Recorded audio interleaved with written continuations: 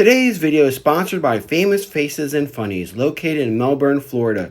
Check us out on Facebook, Instagram, and Twitter, as well as Docking Bay 94, located in Boca Raton, Florida. Check us out on comicsandgames.com, as well as Ian's Display Stands.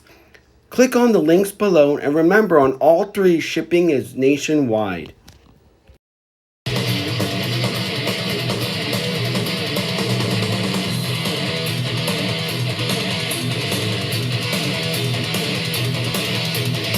Alright, welcome to another exciting episode of Codename New to Vero 2. Hi, I'm your presenter, Shabu Are You.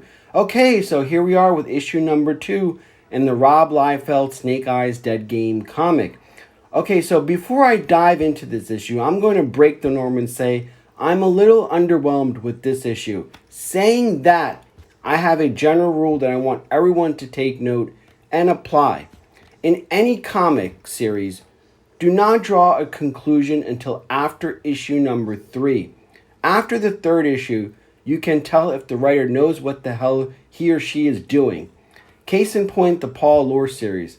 Now, people hated that number 1 issue, but by issue number 3, we saw a light at the end of the tunnel. And it turned out to be a phenomenal work. So, with that, let's begin. As always, we start with the cover variants. Just like me, Famous Faces or Docking Bay 94 can pull and mail you the retail cover variants. So don't forget to check out the links below in order. I got cover A and B, but all these exclusive covers are kind of ridiculous. But I think all these modern comic people enjoy that aspect. But to me, paying $15 to $20 over retail, I don't know, it just doesn't sit well. It's important to remind ourselves that none of this is canon, and it's entirely Rob Liefeld's world. That's a plus and a minus to a real American hero fan like myself. But again, I remind everyone to take this with a grain of salt. And just like issue number 1, we begin with the ancient battle between Thor and the Gravemaster / Kurgan, his two names. In this lone panel, it seems that he has defeated Thor. And we still have no idea what the significance of this is or how it brought us to current events. We learned from the first issue that Kurgan is some kind of Arashikage boogeyman, who has been resurrected on a quest for some mystical sword and to fight the one true worthy opponent.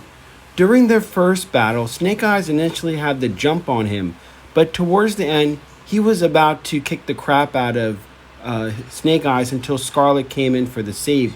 We begin with Scarlet and Snake Eyes embarking on their quest to stop him. I find it odd it's just the two of them, considering that the G.I. Joe team knows what they're up against and it's just these two. Whatever. I will add that I love how Liefeld has drawn Scarlet, and she just comes across as simply stunning. Now, we learn that Scarlet and Snake Eyes are no longer a couple, which makes their team up a little awkward, but they know that each other has the other's back no matter what. Suddenly, this huge juggernaut Haas knocks them down and reveals to be the guard of Kurgan. The size of this brute would terrify anyone else, but Snake Eye is eager to engage, take the fight away from Scarlet. As he is engaged, another set of eyes is observing the battle. Someone from Snake Eyes' past. We hear this voice echoing that there is little doubt Snake Eyes will prevail. Now, I love Liefeld's action sequence here as it flows beautifully across the panels. And again, that's what Liefeld is known for as well when he did his X Factor and his New Mutant series as well. I just think it's really well done, especially holding the sword, him attacking, the brute, fighting back, and the dialogue that goes in between. This is something that Liefeld has done really well in this issue, conveying to us readers.